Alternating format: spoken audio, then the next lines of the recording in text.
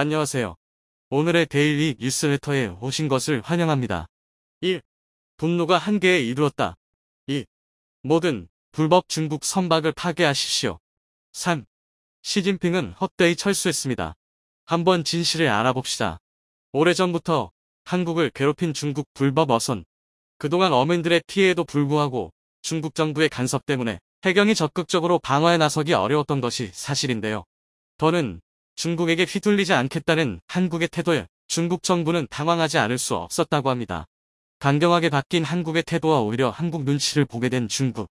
해양을 바라보던 남자는 무언가 반짝임을 느꼈습니다. 다급하게 주변 동료에게 반짝이는 빛을 알리며 위에다가 빠르게 보고하라는 메시지를 남겼죠. 빛이 느껴진 곳을 당겨보니 확실했습니다. 비상망이 울렸고 남자를 비롯한 선원들은 즉시 움직였습니다. 이번에 놓치면 다시 잡을 수 없다는 생각에 빠른 속도로 어선을 추격했습니다. 올해 5월 한국 해경이 포착한 중국 어선은 유유자적한 모습으로 불법 어업을 하고 있었습니다. 그러나 해경의 재빠른 포착과 추격에 당황한 나머지 미처 정리도 하지 못한 채 한국 해경의 손에 붙잡히고 말았습니다.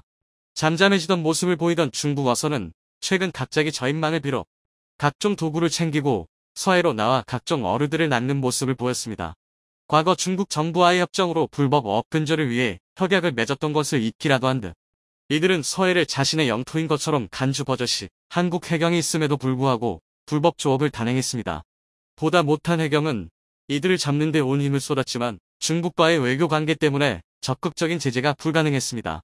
이들이 잡은 물고기를 뺏고 불법 무기들을 강제 회수하는 것이 해경이 할 수 있는 최대한의 조치였습니다.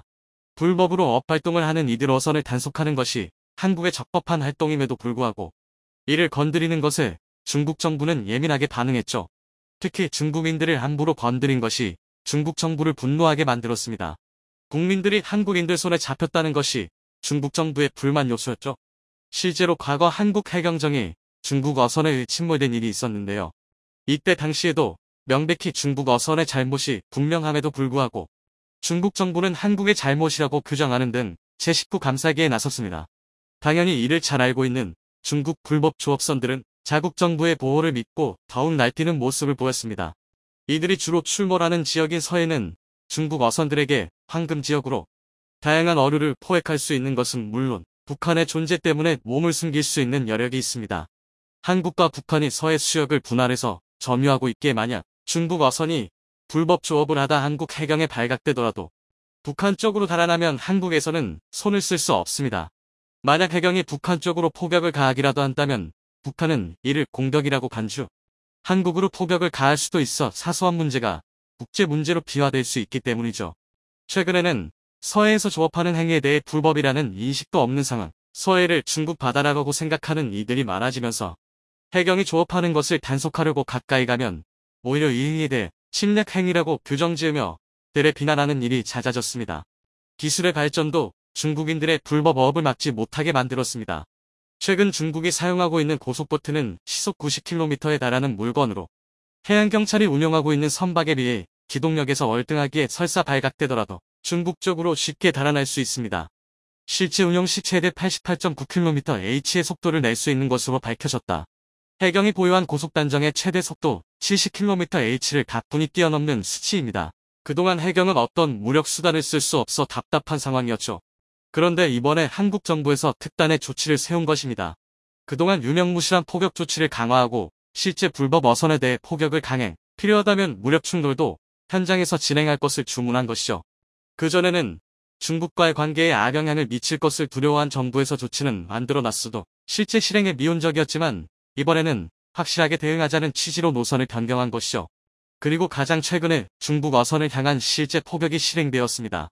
인천 소청도 부근 해상에서 발견된 중국 어선 해경은 규정대로 불법 어업 중인 중국 선박을 향해 투항할 것을 요청했으나 중국 어선은 응하지 않고 해경을 향해 소총을 난사하며 극렬한 저항을 선보였습니다.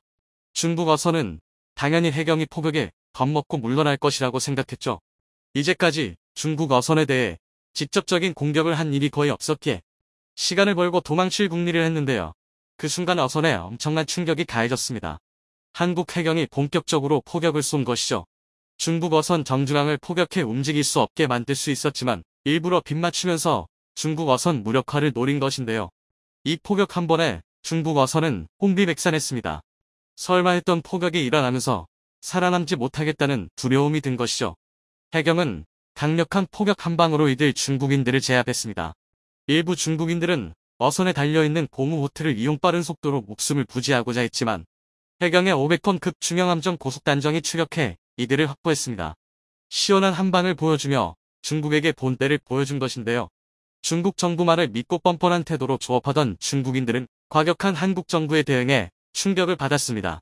이번에 붙잡힌 중국 어민들 역시 북한이 아니라 한국에서 포격한 것에 얼이 빠져 있었죠. 정부가 바뀌면서 중국에 대해 애매한 태도가 아닌 강경한 대응으로 선회한 것이 결정적이었습니다. 올해 초 정부는 과거와 다르게 단호한 태도로 나서겠다며 대통령 인수위원으로 해경 출신을 발탁했습니다. 해경청 형사과장인 안성식 총경은 해경에서 뼈가 굵은 인물로 현장에서 베테랑인 인물입니다. 그동안 중국의 불법 어업을 고스란히 지켜본 산증이나 다름없죠. 경제이분과에 소속된 안성식 총경은 쇄신 의지를 붙였죠. 덕분에 올해 초 해경은 서해상의 전략구역을 설정하고 대형 경비함 9척을 추가 투입하기로 결정했습니다. 현재 중국 함선이 자주 출몰하고 있는 경계미획정 구역을 중심으로 3,000톤급 대형 경비함을 24시간 배치할 계획을 세웠죠. 경계미획정 구역이란 한국과 중국 사이 경계가 확정되지 않은 곳으로 한 국가가 일방적으로 권리를 행사하기 어려운 지역을 뜻합니다. 이전까지는 영역 분쟁으로 문제가 일어나지 않기를 바란 정부가 직접적으로 나서지 않았으나 과감하게 이 영역에서도 포격을 하겠다고 선언했죠. 중국 어선이 포격당했다는 소식은 중국에도 전해졌습니다. 당연히 중국에선 이에 대해 분노하며 한국 정부가 중국을 상대로 전쟁을 하고 있다며 분노했습니다. 그러지 않아도 중국이 한국에게 강경하게 대응해야 한다는 한구15의 사설이 실리면서 서해상에서 긴장이 고조되는 가운데 한국 정부의 포격이 이들 중국인의 심기를 건드린 것이죠. 한국의 태도에 까거 중국 정부는 미친 짓을 하지 말고 중국에게 제대로 사과할 것을 종용하는 모습을 보였습니다. 한국 정부는 이에 제대로 대응하지 못했는데요. 그러나 한국은 불법 어업을 펼친 중국 어선의 증거물을 보여 이미 중국 정부도 불법적인 행동을 하는 어선에 대해 한국 정부와 같이 단속에 나선 것을 예로 들었죠. 실제로 올해 4월 한국은 중국과 함께 불법 어업에 대한 단속에 나섰습니다. 한국과 중국의 어업 지도 단속선이 공동 순시 활동을 펼치며 중국 한국의 수역 경계에서 몰래 조업하는 어선들을 색출하는 작업을 한 바 있습니다. 중국도 불법 어업을 용인한 것에 사과하며 공동 전선을 펼쳤던 입장이라 다른 소리를 할 수 없는 상황이죠. 중국은 이에 대해 어떠한 반응을 보이지 않았습니다. 이전까지는 중국 눈치를 봤던 한국이 스스로 몸을 사렸지만 강경하게 나오면서 중국의 잘못을 조목조목 따지자 중국 입장에서도 할 말이 없어진 것이죠. 중국 불법 어선들은 이제 서해상에서 활동할 수 없게 되었죠. 강경하게 나오는 한국을 피해 북한에서 조업하는 것도 여의치 않습니다. 북한도 포격을 통해 중국 어선을 쏘는 일이 최근 일어났기 때문이죠. 그동안 우방이라고 생각해 북한에서는 중국 어선을 용인했으나 점점 서해상에서 과도하게 물고기를 잡아가는 중국 어선을 북한에서도 더는 용납하기 어려웠기 때문인데요. 그러지 않아도 물고기 숫자와 양이 줄어드는 가운데 중국은 오히려 더 물고기를 확보하려고 하는 이기적인 태도로 나왔죠. 백령도 근처에서 어업활동을 하는 중국 어선을 향해 북한에서도 고속정을 출몰, 포격을 가했다는 소식이 들려오며 더는 서해 바다에서 중국 어선이 불법 영업을 하는 것은 불가능해졌죠. 최근 중국 공산당이 발칵 뒤집어진 일이 벌어져 논란이 되고 있습니다. 생각지도 못한 곳에서 그동안 중국 공산당이 꽁꽁 숨겨왔던 극비 문서가 공개된 것인데요. 그 극비 문서는 중국 주력 전차와 연관된 재원이었으며 이를 확인한 중국 공산당은 즉시 해당 게시글을 삭제했지만 이미 전 세계로 퍼진 뒤였습니다. 이를 확인한 전 세계 군 전문가들은 중국의 전차 스펙에 실소를 지을 수밖에 없었는데 중국이 그동안 한국의 K2 흑표 전차에 대해 자신들의 최신형 전차와 못하다고 비교해왔던 것이 전부 거짓이기 때문입니다. 이 때문에 북한을 포함한 중국제 전차를 산 국가들이 난리가 났는데 한번 자세하게 알아보겠습니다. 최근 온라인 게임 썬더 커뮤니티 사이트에 충격적인 글이 공개됐습니다. 한 나사같이 생긴 쇠봉과 중국어로 가득한 종이 한 장의 사진이 올라온 것인데요. 이는 사실 중국 육군의 주력 전차인 99식 전차에 쓰이는 중국군의 신형 125mm 날개 안정 분리 철갑 탄압즈 DPC-10의 재원표로 중국 군사 2급 비밀에 해당하는 극비 문서가 등장하자 중국 보안 당국이 발칵 뒤집어졌습니다. 중국 군사보안부와 공안은 곧바로 군가 기밀을 유출시킨 글 작성자를 색출해 체포하는 데 성공했는데 용의자는 현역 군인 신분으로 관련 병과에서 군복무를 하고 있었습니다. 중국군 보안부는 용의자에 대해 왜 이 같은 범행을 저질렀는지 심층적인 신문을 진행했는데요. 그 범행 동기가 너무 어이가 없어 사건을 맡고 있던 중국 보안부 담당관이 충격을 받았습니다. 극비 문서가 발견된 커뮤니티와 관련된 워썬더는 러시아 게임 업체가 운영하는 온라인 전쟁 게임으로 전 세계 각국이 운용 중인 온갖 종류의 무기 체계가 등장하는 것으로 유명합니다. 게시물을 작성한 용의자는 워썬더에 너무 몰입한 나머지 게임상에 구현된 중국군 99전차의 화력이 실제와 달리 너무 약하다며 심지어 한국군의 K2 흑표보다도 약한 것에 분노해 게임 운영자에게 중국군 전차 화력 능력치 상향 조정을 요구하기 위해 이 같은 짓을 벌인 것이었죠. 커뮤니티 운영진 측은 범상치 않은 글이 올라오자 해당 게시글을 즉각 삭제했지만 유출된 재원표는 이미 온라인에 대량으로 유포된 뒤였는데요. 이런 게시물을 작성하는 대부분의 사용자들은 우리나라 무기가 너무 약하니 능력치를 상향 조정하라는 취지로 다른 사용자들과 논쟁을 벌이다가 자신의 정보와 지식을 과시하기 위하 기밀 자료를 공개하는 경우가 대부분입니다. 사건이 발생한 대부분의 나라들은 기밀 유출에 대한 처벌이 비교적 약한 편이고 상당수 무기 체계들의 재원과 성능이 공개되는 경우가 많아 크게 문제될 것 없이 넘어가곤 했습니다. 하지만 이번 사건은 정보 통제가 엄격하고 범죄자에 대한 처벌이 대단히 강력한 중국에서 그것도 현역 군인에 의해 일어난 일이어서 중국 당국도 상당한 충격을 받았는데요. 이번에 실제 재원이 공개된 중국군 전차 포탄은 대륙의 실수라고 불리는 최신형 99식 계열의 서상은 DTC식 125mm 날개 안정식 철갑탄으로 중국군의 현형 전차 포탄 가운데 최강의 위력을 가진 것으로 평가되는 것이었습니다. 중국은 99식 전차의 날탄이 2000m에서 균지라 병강판 기준 980mm를 관통했다고 주장하고 있었는데 실제로 980mm 균지라 병강판을 관통했다면 노벨 물리학상을 받아도 손색이 없었기 때문에 너무 터무니없다고 느낀 전문가들은 750, 800mm의 관통력을 지녔을 것이라 예측했습니다. 하지만 중국의 실제 재원은 전문가들의 예상에 훨씬 못 미쳐 충격을 줬는데요. 유출된 재원표에는 이 포탄이 섭씨 15도의 기온 조건에서 2000m 거리의 표적을 공격할 경우 균지라 병강판 680mm 수준의 관통 능력을 발휘한다고 표기되어 있었습니다.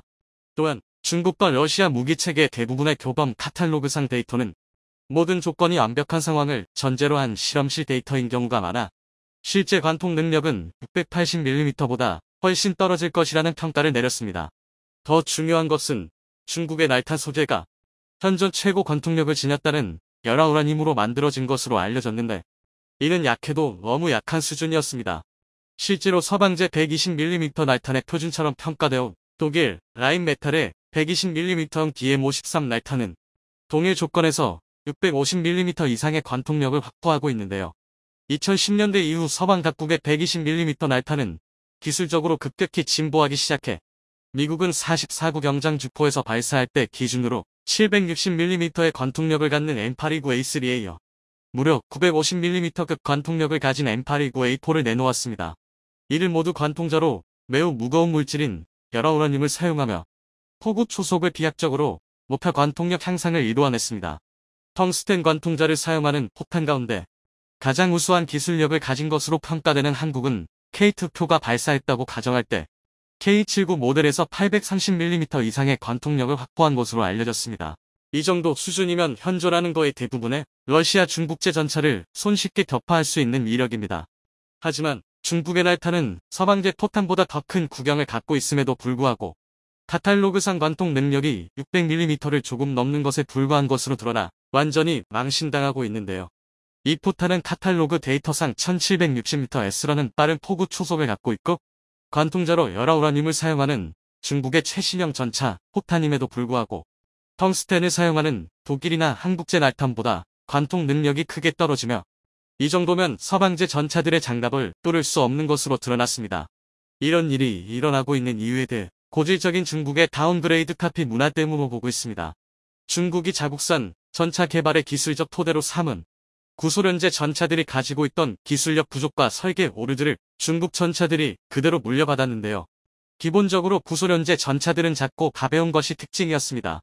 이유는 엔진 기술 때문인데 고출력 디젤 엔진 제작이 어려웠던 구소련과 공산권 국가들의 전차는 상대적으로 가볍고 작아질 수밖에 없었습니다.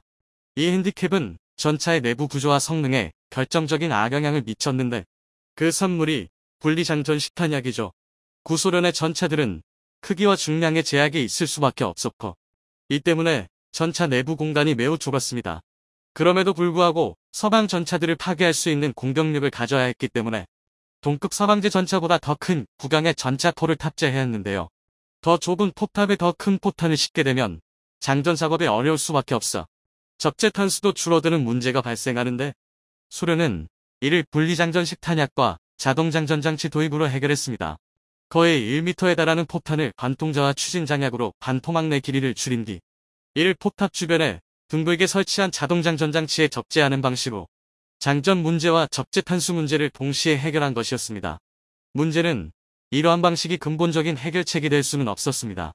앞서 설명한 바와 같이 날탄의 관통력은 세장비가 큰 영향을 미치는데 높은 세장비를 가지려면 결국 관통자 길이를 늘리는 수밖에 없었는데요. 하지만 이는 장전에 어려움을 줬으며 불안정하게 장전된 장약은 내부에서 오폭하는 경우도 많았습니다. 중국의 신형 전차들도 이런 소련 전차의 문제점을 그대로 물려받았습니다.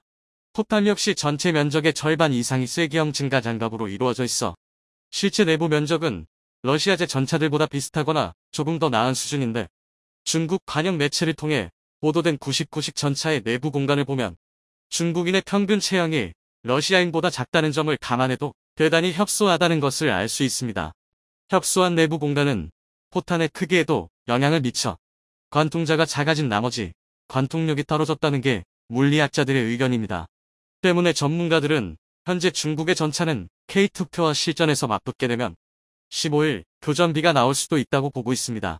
이는 고스란히 북한으로 넘어갔는데요. 최근 열병식에서 모습을 드러냈던 북한의 최신식 주력 전차가 중국의 99식 전차의 수출형 버전인 VT4에서 외형만 바뀐 것으로 보고 있습니다. 그 증거로 열병식에 등장한 신형 전차의 위장색이 북한 자연환경과 맞지 않는 사막색으로 도색돼 있다는 것입니다. 또한 북한에 불과 2년 만에 이만한 신형 전차를 설계 생산할 기술과 재원이 있을 리 없다는 것입니다. 신형 전차에 적용된 것으로 보이는 기술과 장비는 2018년에 등장한 최신 전차인 성군호에 비해 무려 수십 년은 앞서 있습니다. 때문에 많은 전문가들은 북한의 신형 전차가 중국의 전차를 그대로 구입해 사용하고 있다고 전하는데요. 문제는 중국의 날탄 재원이 공개되면서 부풀려진 카탈로그 재원에 속아 북한에서도 난리가 났을 것으로 예측됩니다. 공산권 국가들의 전차 문제를 해결하는 것은 분리장전식 탄약을 버리고 서방 국가들과 마찬가지로 일체형 포탄으로 전환하는 것인데 이는 간단한 문제 같지만 대단히 어려운 작업입니다. 30년 가까이 유지되어 온 기존의 전차 운용 교리와 군수 보급 체계를 모두 갈아엎어야 하는 일이기 때문인데요. 포탄 형태를 바꾸는 것은 물론 높은 포구 초속을 뽑아내기 위한 포신 개량도 필요한데 7,000바 이상의 높은 포신 압력을 견뎌낼 수 있는 고품질 포신 가공 기술을 보유한 나라는 미국과 독일, 한국 정도에 불과하기 때문에 이런 기술 격차는 중국과 북한, 심지어 러시아까지 단기간 내에 따라잡기 어려울 것으로 내다보고 있습니다. 한마디로 이번 전차 포탄 기밀 유출 사건을 계기로 중국의 최신형 99식 전차는 이전에 먼저 논란이 된 방어력 부족 문제에 이어 공격력 부족까지 한동안 북한과 파키스탄 등 중국제 전차 도입국을 분노하게 만들 것인데요.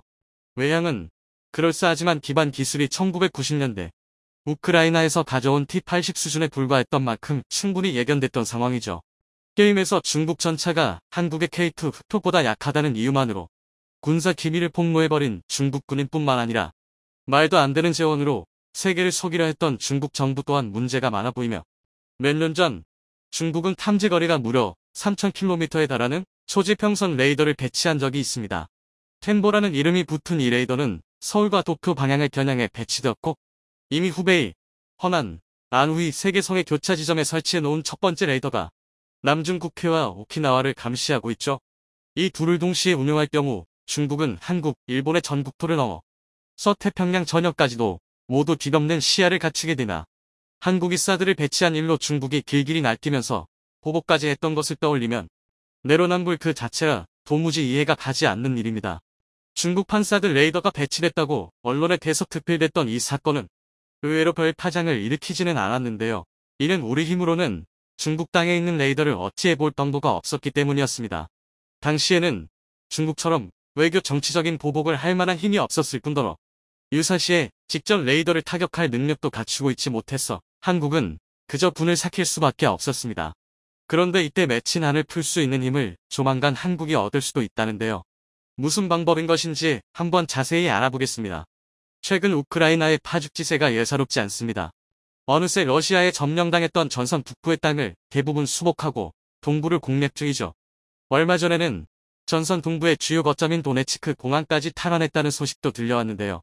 이 기세라면 젤렌스키 대통령이 공언했던 대로 남부와 크림반도까지 러시아에 빼앗겼던 영토를 전부 되찾고 승전할 가능성도 엿볼 수 있을 것 같습니다.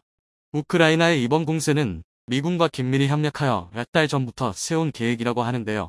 미군은 익히 알려진 하이마즈를 통한 정밀 타격에 더해 숨겨진 또 다른 게임 체인저로 우크라이나를 도왔습니다. 덕분에 러시아는 전장의 제공권을 완전히 잃어버렸고 우크라이나군에 노획될 만한 물자조차 제대로 처리하지 못한 채 헐레벌떡 도망만 치기에 바쁜 상황인데요. 이 빛나는 활약의 주인공은 바로 대레이더 미사일 AGM-88함입니다. 영국 주간지 이코노미스트는 우크라이나가 하르키우 수복작전에서 성과를 거둔 데에는 미국이 지원한 함의 역할이 매우 컸다고 보도했습니다. 함은 공중 투발에서 반경 145km 내에 레이더 전파 발신지를 추적 및 타격합니다. 이를 통해 S-400을 비롯한 러시아의 방공포대를 무력화시켰고 제공권을 잃어버린 러시아군을 일방적으로 유린할 수 있었던 것이죠. 미국도 공식적으로 함을 지원한 사실을 대놓고 인정하면서 우크라이나군이 자국의 무기를 잘 사용해주고 있다고 밝혔습니다. 미사일 방공 MD 시설을 함이 제거하면 걸리적거리는 것 없이 깨끗이 닦인 길 위로 하이마즈가 쏜 미사일이 날아가 목표물을 제거하는 것입니다. 이 과정을 성공시키기 위해서는 시드라고 부르는 밑작업이 필요합니다. 방공망 제압작전 시드는 총 3단계로 이루어지는데요. 첫 번째로 적 방공망의 사각이나 음영 지역을 찾아내 그 경로로 정찰기를 보내서 적 레이더의 패턴과 종류를 수집 및 분석합니다. 두 번째로 전자전 능력을 지닌 항공기를 보내 수집한 레이더 주파수에 맞춘 강력한 노이즈를 발생시켜 적 레이더와 레이더 기반 방공 무기 마비시킵니다. 세 번째로 대레이더 미사일을 발사해서 눈이 멀어버린 적 방공포대를 일방적으로 파괴합니다. 미국은 이번 우크라이나 전쟁에서 세계 2 군사력이라는 러시아를 추하게 패퇴시키며 시드 작전의 효용을 완벽하게 증명한 셈인데요. 효과가 확실한 대신 매우 위험한 데다가 다양한 첨단 무기까지 요구하기 때문에 쉽게 따라할 수 있는 일은 아닙니다. 한국의 경우는 어떨까요? 한국도 중국이 내세운 반접근 지역 거부 A2, A기 전략의 틈바구니에 끼어있어 방공체계 대책이 시급한 상황입니다. 중국은 남태평양의 도련선이라는 방어선을 멋대로 2개나 그어놓고 그 안에서의 패권은 자기들이 갖겠다고 으름장을 놓고 있는데요. 어처구니 없게도 대만과 한국은 이미 제1도련선 안에 들어있어 중국은 당사자들의 동의를 받을 생각 자체가 없습니다. 중화사상 특유의 오만함 때문에 불쾌한 일이면서도 유사시에는 도련선 안의 국가 정도는 간단하게 소나기 안에 넣을 수 있다는 자신감으로도 보이는데요. 한국이 이들의 마수에서 벗어나려면 중국 본토에서 튀어나오는 미사일을 무력화할 수단을 갖춰야만 합니다. 이 미사일들의 사정거리를 통해 곧 미국 항모전단과 ICBM의 접근을 거부하는 도련선을 긋고 있기 때문이죠. 중국이 배치한 초수평선 레이더 역시 이 전략의 일환으로 이것을 제거하지 않는 한은 스텔스기조차 중국에 들키지 않고 이륙하는 것이 불가능합니다. 한국에는 미국에서 사온 대레이더 미사일 AGM-88함이 3자릿수도 있고 이사 레이더와 자체 개발한 전자전 포드를 통해서 제한적으로나마 시드 작전을 수행할 수 있습니다. 다만 미국이 국산 전투기인 KF-21에는 함의 통합을 허가하지 않았다는 문제점이 있는데요. 미국이 내부 규정을 근거로 KF-21의 통합을 거부한 미사일 중에는 사이드와인더 공대공 미사일, 암램 공대공 미사일에 더불어 함 대레이더 미사일도 있었던 것입니다. 한국은 아이리스-T와 엠비더, 이티어로 공대공 미사일은 대체할 방법을 찾아냈지만 아쉽게도 대레이더 미사일만큼은 아직 대체할 방안을 찾지 못했습니다. 이 때문에 한국이 시드 작전을 수행하려면 함이 통합되어 있는 F-35A, F-15K, KF-16 세 기종 중 하나를 투입해야만 하는데요. 시드 작전은 제 발로 적의 방공망 안으로 침투해야 하는 극도로 위험한 작전인데 F-35A는 현재 공군 최대의 전력인 만큼 실패할 경우 손실이 너무 크고 F-15K와 KF-16은 어디까지나 스텔스 성능이 없는 4세대기에 불과해서 파일럿의 목숨이 위험합니다. 반면 KF-21은 스텔스를 포함한 출중한 성능을 갖추고 있는데도 시드 작전에서는 F-15K나 KF-16이 위험을 무릅쓰고 방공망을 다 제압하는 사전 작업을 마쳐 놓은 뒤에 진입할 수밖에 없습니다. 기존 전투기는 너무 큰 리스크를 짊어져야 하고 기껏 새롭게 만든 KF-21은 그 잠재력을 다 발휘하지 못하는 진퇴양난의 상황. 이에 한국은 미국 무기에 의존하지 않고 KF-21에 시드 작전 수행 능력을 부여하기 위해 유일한 선택지를 고르게 됩니다. 시드 작전 능력의 국산화죠. 하지만 무기 국산화는 세계가 인정하는 한국의 특기. 한국은 망설이지 않고 개발에 돌입합니다. 그곳 단추는 바로 KF-21의 전자전기였는데요. 이미 원천 기술을 전부 확보하고 있어 가장 먼저 만나볼 수 있을 KF-22의 파생형으로 꼽히는 것이 바로 전자전기였죠. 적 레이더 정보 수집 후 직접 진입해 레이더의 제밍을 거는 역할은 전자전기나 이사 레이더를 탑재한 항공기로 수행할 수 있는데요. 이사의 경우는 어디까지나 그런 활용도 가능하다는 것뿐이지 원래대로의 운용 목적과는 다르기 때문에 출력 등의 문제로 인해 전자전기를 활용할 때에 비해서는 효율이 떨어질 수밖에 없습니다. 한국이 기존의 제한적인 시드 작전에 동원하려 했던 제밍 기체는 개량을 통해 이사 레이더를 탑재하게 된 KF-16V였고 이를 국산 이사와 전자전 포드를 탑재한 KF-21 전자전기로 대체하려는 것입니다. 그 후에 비로소 함을 대체하는 한국 형태 레이더 미사일의 사용 조건이 갖춰집니다. 레드는 2020년에 이미 KF-21로 운용하는 대레이더 미사일 개발에 대한 개념 연구를 공개했는데요. 대레이더 미사일과 부속 시스템을 동시에 개발하여 결과적으로는 한국의 시드 능력을 미국 공군 수준으로 도약시키는 것을 목표로 하고 있습니다. 레드가 공개한 국산 대레이더 미사일의 능력 요구 목록을 보면 블럭 1, 블럭 2로 나누어 개발하면서 블럭 1에서 함 이상의 성능을, 블럭 2에서 미국의 차세대 대레이더 미사일 아움과 동급의 성능을 획득하는 것을 목표로 하고 있음을 알 수 있습니다. 또한 광대역 RF 표적 식별 및 수동 광학 이중 모드 시기 개발, 위치 기반 GPS, INS 항법 기능 추가, 타겟팅 코드 개발, 자체 연동 임무계획 시스템 개발, 조종사 인터페이스 및 표적 식별, 장치와의 통합 등 핵심 제반 시스템의 개발을 동시에 진행하겠다는 큰 그림을 그리고 있죠. 그리고 이와 함께 공개한 것이 국산 대레이더 미사일 암의 형상입니다. 미군이 개발 중인 아움과 흡사한 형상을 하고 있는데 목표 성능이 비슷하기 때문으로 보입니다. 아움은 함 대비 사정거리 더 늘어나고 더 빨라질 예정으로 250km 내의 표적을 마하 2.5 이상의 속도로 타격하게 된다고 하죠. 그뿐만 아니라 미사일 자체에도 제밍에 저항하는 성능을 부여하기 위해 전자기파 기반 시커가 적의 제밍에 모두 무력화되더라도 랠리파 레이더를 이용해서 목표를 끝까지 쫓는다고 합니다.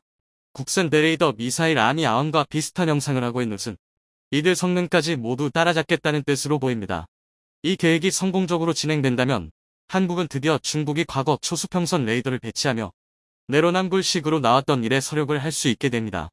미국이 우크라이나를 도와 러시아한테 그랬던 것처럼 유사시엔 한국도 중국의 장거리 레이더를 무용지물로 만들어 눈을 찌를 수 있는 힘이 생기는 것이죠. 그전까지는 대놓고 레이더를 배치해 남의 국토를 엿보던 중국도 이젠 대레이더 미사일의 방공망을 뚫리고 그 틈으로 쏟아져 들어오는 수백 발의 현무 미사일에 온 국포가 벌집이 될 각오를 해야 할 겁니다. 중국은 한때 한국의 사드 배치를 빌미로 외교적인 압박을 가했지만 한국은 이제 진짜 보복이 어떤 것인지 알려줄 수도 있게 되었습니다. 그리고 한국이 이렇게 중국의 A2, AD를 무너뜨려주면 서방의 군대가 중국 본토에 상륙하는 것은 시간 문제가 되죠. 그래서 한국군의 시드 능력 확보는 전투력 제고나 자주 국방의 측면 외에도 중국의 직접적인 군사적 견제를 가할 수 있다는 의의가 있습니다. 주변 강대국의 위협에도 굴하지 않고 스스로의 힘으로 주권을 지켜나는 대한민국. 이런 잠재력이 있는 한은 오만한 중국이 감히 한국을 넘보는 일은 일어나지 않을 것입니다. 모쪼록 한국의 방산 기술 자분들이 앞으로 더 나라를 지키는 강력한 기술을 계속 발전시켜 주시기를 바라보겠습니다.